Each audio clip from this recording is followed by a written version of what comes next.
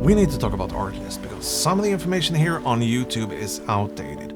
Artlist have made some changes and we're here to talk about those changes along with some of the most common questions, and I'll even throw in my 2 cents on what I think is good versus bad with using Artlist in 2023.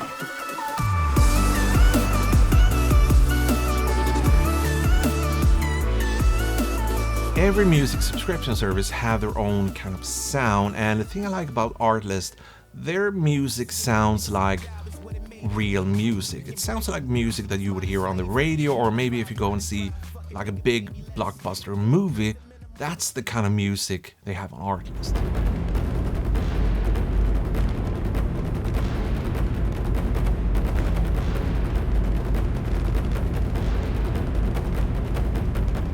Now, I'm not saying that you can't find good music on other platforms, I'm just saying that Artlist music have a certain realness, a certain authenticity that when you use music from Artlist on your projects, you kind of infuse them with some of that authenticity, some of that realness, with songs like this one. My mind keeps searching, but my heart decides.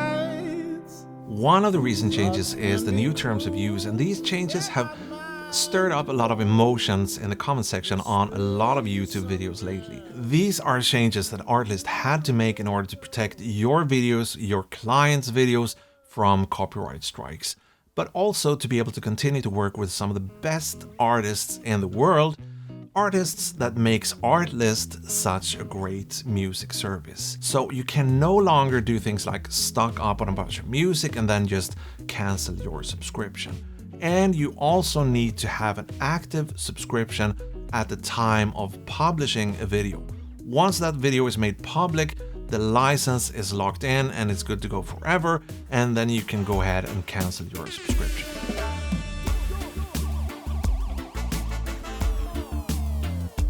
Artlist still offers a ton of value and they're so easy to work with, both for people doing personal projects like YouTube videos, vlogs, TikTok videos and that kind of stuff, but also for us that needs music for commercial projects. There's no clearing links to worry about. All the music is pre-licensed on all the major platforms, and to give your clients an extra level of protection, you can download all the licenses as PDFs and include those with your deliverables.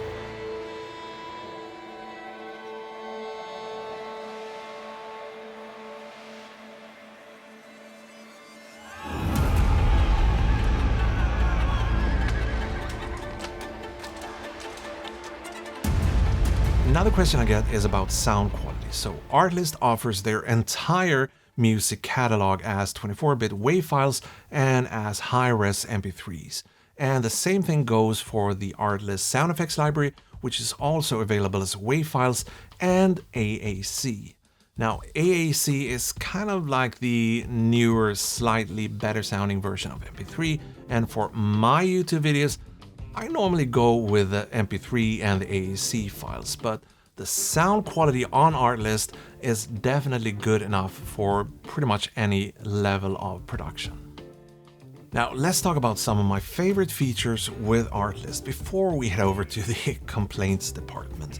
In my previous video I did talk about some of my favorite features, and I'm not going to repeat those features in this video.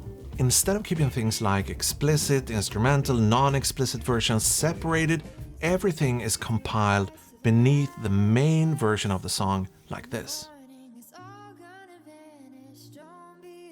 So you don't need to go to the artist page and see if there's alternative versions available for that song. Everything is right there in front of you. And speaking of expanding, here's another thing that Artlist does really well.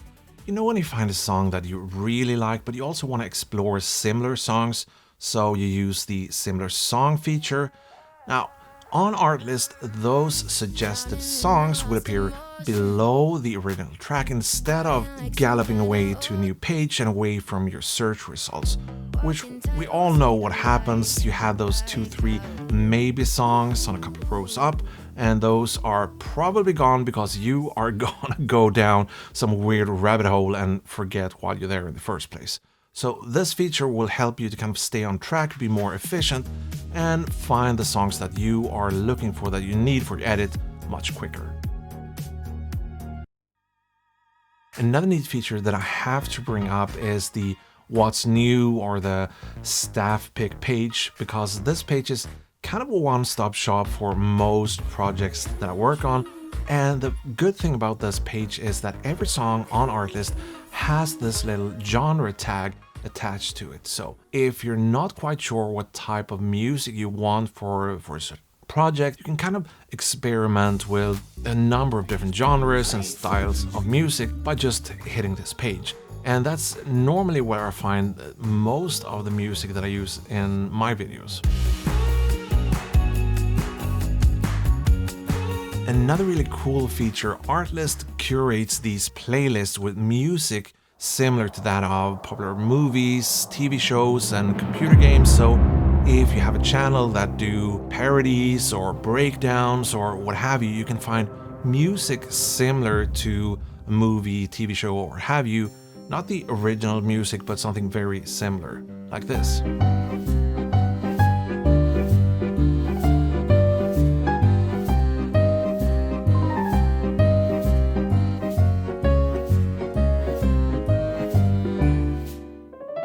Or like this.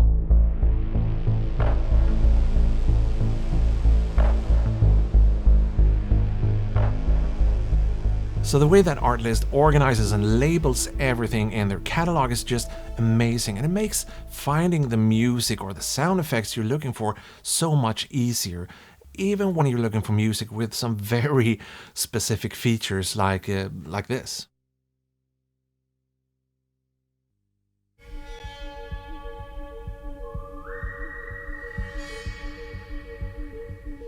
But now let's talk about the negative things.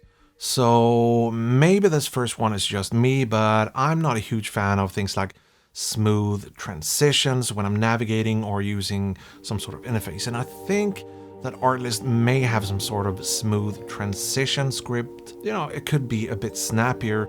Downloads and playbacks are quick and snappy, so I don't think it's a bandwidth issue. So maybe it's just some sort of smooth transition script or something. I'm not sure, but yeah, it could be a bit snappier. Now, the second thing that I want to bring up, there's no stems available on Artlist. So if you think that you need that level of control over your music, then sadly, Artlist is probably not for you. Now, the last little complaint of mine when it comes to Artlist is the keyboard shortcuts.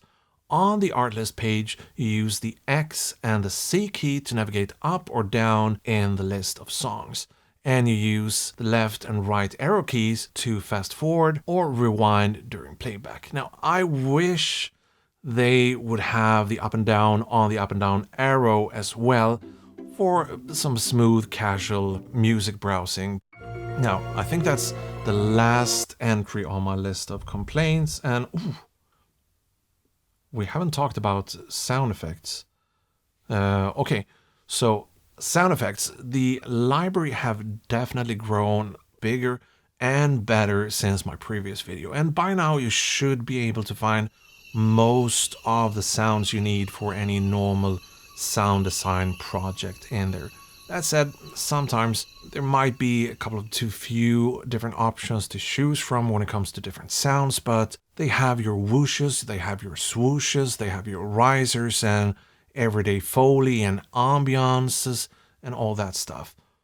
It's not the best sound effects library online by far, but it's certainly good enough to get you by most of the time. And obviously the sound effects library is included with both the social plan subscription as well as the Pro and the Artlist Max subscription, which I can highly recommend, by the way. Now, for you, I've left a link in the description where you can go and check out Artlist for yourself. Even if this video is great and everything, I think it's better if you just head over, take a listen to some music, and try the different filters and that kind of thing. And if you use that link and decide to sign up, you will get an additional 2 months for free. So even if you're only heading over there to poke around and check everything out. Now, make sure to use that link to get those 2 extra months for free if you decide to sign up later on. Thank you for watching. It was great having you here today, and I hope I'll see you here in the next one. Okay, bye.